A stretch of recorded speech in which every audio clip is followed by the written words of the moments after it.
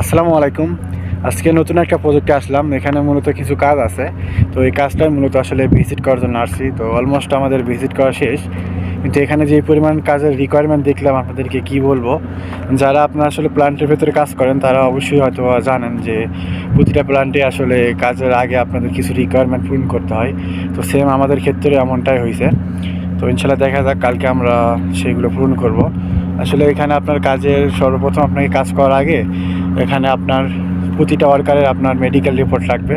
এরপর medical report দিয়ে আপনার সেফটি ইন্ডাকশন করাবে। তো এরপর আপনি আসলে কাজ করতে পারবেন।